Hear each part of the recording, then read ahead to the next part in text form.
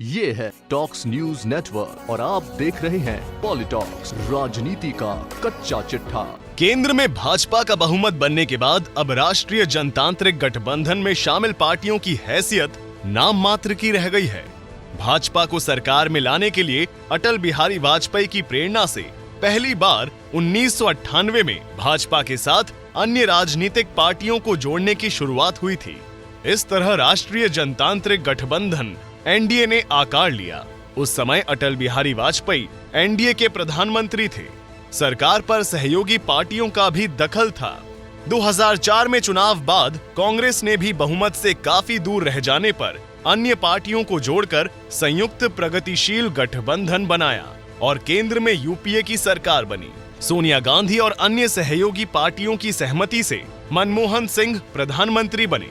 इस सरकार को अगले लोकसभा चुनाव में भी जनता का समर्थन मिला। मनमोहन सिंह की सरकार 10 साल चली।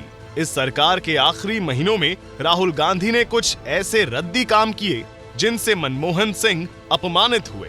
उन पर सोनिया की कठपुतली होने का आरोप लगा। 2014 के चुनाव में नरेंद्र मोदी के तूफानी चुनाव प्रचार और भाजपा की आक्रामक रणनीति ने जनता को कांग्रेस का विकल्प दे दिया। नरेंद्र मोदी ने सरकार संभाली।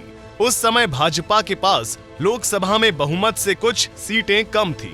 फिर भी मोदी ने सरकार की कार्यप्रणाली बदल दी।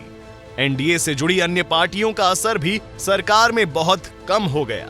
अब 2019 के लोकसभा चुनाव के बाद भाजपा को स्पष्ट और पूर्ण बहुमत मिला हुआ है और एनडीए में शामिल अन्य सहयोगी दलों की उपस्थिति नाम मात्र की रह गई है।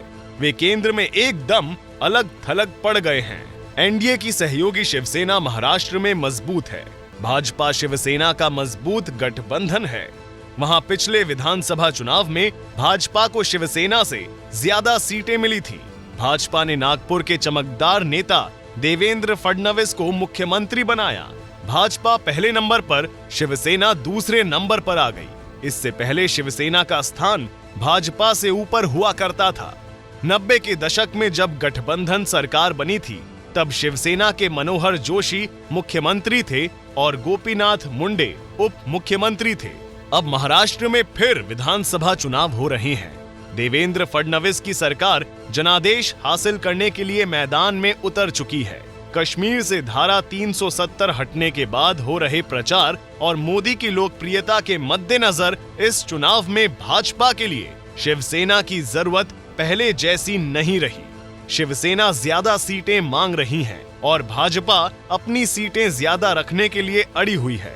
दोनों में खींचतान चल रही है और उद्धव ठाकरे भाजपा के लिए असुविधाजनक बयान देने लगे हैं।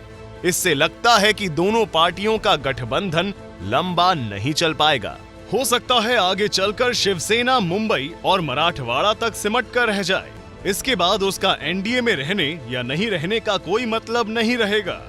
इसी तरह बिहार में खींचतान बनी हुई है। वहां एनडीए से जुड़ी पार्टी जेडीयू के नेता नीतीश कुमार मुख्यमंत्री हैं और बिहार में उनका अच्छा खासा असर है। भाजपा उनकी सहयोगी पार्टी के रूप में सरकार में शामिल है। सुशील कुमार मोदी उप मुख्यमंत्री हैं। वहां 2020 में विधानसभा चुनाव होंगे। तैयारी अभी से शुरू हो गई है। लालू प्रसाद यादव जेल में है, इसलिए आरजेडी की ताकत पहले जैसी नहीं है। विभिन्न क्षेत्रों में अन्य पार्टियां प्रभावशाली हैं। कांग्रेस का भी ज्यादा दबदबा नहीं है। भाजपा वहां अपना जनाधार बढ़ाने में लगी है। इसी के तहत भाजपा के एक कोने से आवाज उठी है कि नीतीश कुमार को अब केंद्र में जिम्मेदारी संभालनी चाहिए। बिहार को भाजपा के लिए खाली छोड़ देना चाहिए। गौरतलब है कि 2019 में दूसरी बार मोदी सरकार बनते समय नीतीश ने केंद्रीय मंत्रिमंडल में जेडीयू का एक मंत्री बनने की शर्त नहीं मानी थी और इस तरह जेडीयू मोदी सरकार से बाहर रही। बिहार में नीतीश कुमार सुविधाजनक तरीके से सरकार चला रहे हैं। उन्हें भाजपा का सहयोग लेना पड़ रहा है। भाजपा अपने दम पर सरकार बनाने की स्थिति में नहीं है। नीतीश कुमार पहले कांग्रेस के गठबंधन से जुड़े थे। बाद में वह खेमा बदलकर एनडीए में शामिल हो गए और भाजपा से तालमेल कर लिया। अब भाजपा के भीतर से ही उन्हें चुनौती मिलने वाली है। इस तरह भाजपा पूरे देश को अपने प्रभाव क्षेत्र में लेते हुए समान विचारधारा वाली अन्य छोटी पार्टियों को बेअसर कर रही है। इसमें उसे सफलता भी मिल रही है। महाराष्ट्र में सत्ता तक पहुंचने के लिए उसने धुर दक्षिणपंथी उग्र विचारधारा वाली शिवसेना से हाथ मिलाया तो बिहार में धर्मनिरपेक्ष छवि वाले नीतीश कुमार के साथ गठजोड़ किया। भाजपा के रणनीतिकारों को पूरा भरोसा है कि कभी न कभी बिहार में भी भाजपा सरकार बना ही लेगी।